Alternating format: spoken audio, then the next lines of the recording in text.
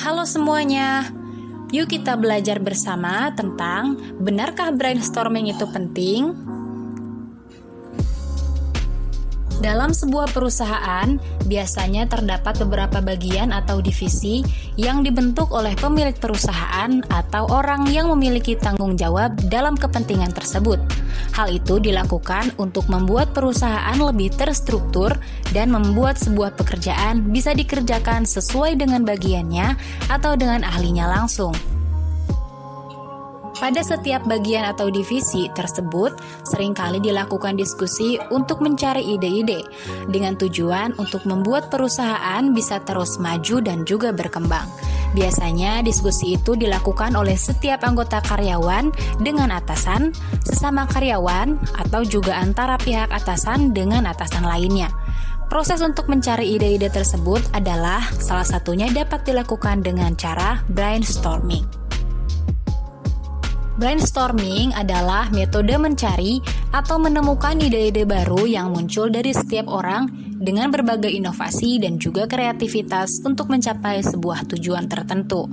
Setiap tim dalam sebuah perusahaan dapat melakukan brainstorming karena dengan melakukan itu, perusahaan akan lebih efektif dan efisien dalam mencapai sebuah target atau tujuannya.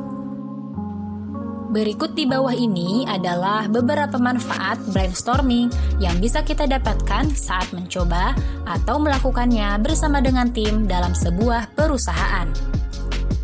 Nomor 1, mengurangi beban kerja. Saat perusahaan mendapatkan sangat banyak proyek yang harusnya segera diselesaikan, sudah pasti hal itu tidak bisa dilakukan oleh sedikit anggota agar tidak menjadi beban yang begitu berat.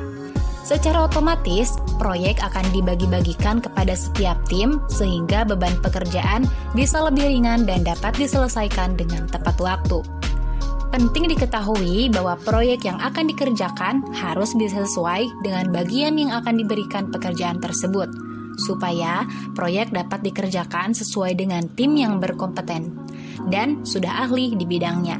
Jangan sampai proyek yang bukan menjadi bagiannya diberikan secara cuma-cuma dengan tujuan dan hasil yang kurang maksimal. Sebaiknya, pihak yang membagikan pekerjaan dapat mempertimbangkannya dengan baik dan juga teliti untuk mencapai target perusahaan yang diinginkan. Saat kita menyampaikan ide-ide kreatif yang muncul dari kepala, biasanya terjadi pro dan kontra yang menyebabkan beberapa anggota atau tim lain merasa suka dan juga tidak suka. Itu wajar-wajar saja saat terjadinya brainstorming, karena ide atau gagasan kita tidak selamanya akan cocok atau diterima begitu saja oleh sistem perusahaan. Banyak keputusan-keputusan yang telah disampaikan hanya mentah begitu saja, namun tidak menutup kemungkinan jika ide yang kita sampaikan dapat diterima dengan baik dan benar-benar dapat membuat sebuah perubahan ke arah yang lebih baik untuk perusahaan. Oleh karenanya, brainstorming dapat membangun kepercayaan antara anggota dan tim, sehingga bisa saling terbuka terhadap isi kepala masing-masing, bisa saling mengandalkan walau dalam keadaan atau masa-masa sulit sekalipun. Semakin besar proyek yang dikerjakan dan semakin besar sebuah perusahaan, maka tanggung jawab juga akan semakin banyak. Namun, hal itu dapat dihadapi dengan baik apabila sistem kerja anggotanya yang saling membangun jaringan kepercayaan dan kompak dalam mencapai sebuah tujuan perusahaan yang lebih berkembang lagi. Nomor 3, komunikasi yang efektif.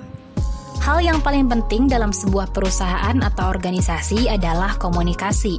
Komunikasi dapat melatih lisan dan pikiran kita menjadi orang yang bisa berbicara di depan umum, banyak mendapatkan informasi berupa saran atau masukan, dan dapat meningkatkan tingkat cara berdiskusi dengan lebih baik.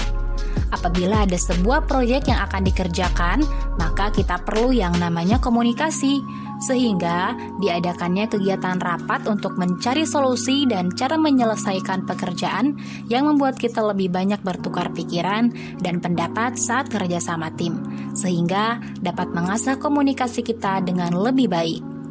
Komunikasi yang baik juga sebagai kunci dalam hidup bersosial di perusahaan. Kita bisa tahu informasi yang terjadi di lingkungan seperti keadaan anggota dengan tim lain, informasi pekerjaan, reward perusahaan, gathering perusahaan, sosial media perusahaan, dan lain sebagainya.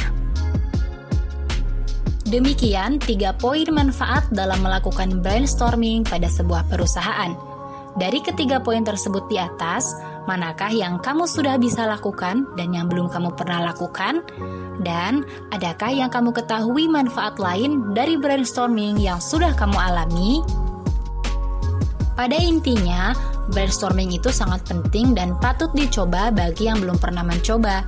Semoga informasi ini bermanfaat khususnya untuk diri kita sendiri dan juga bagi perusahaan yang sedang kita kelola.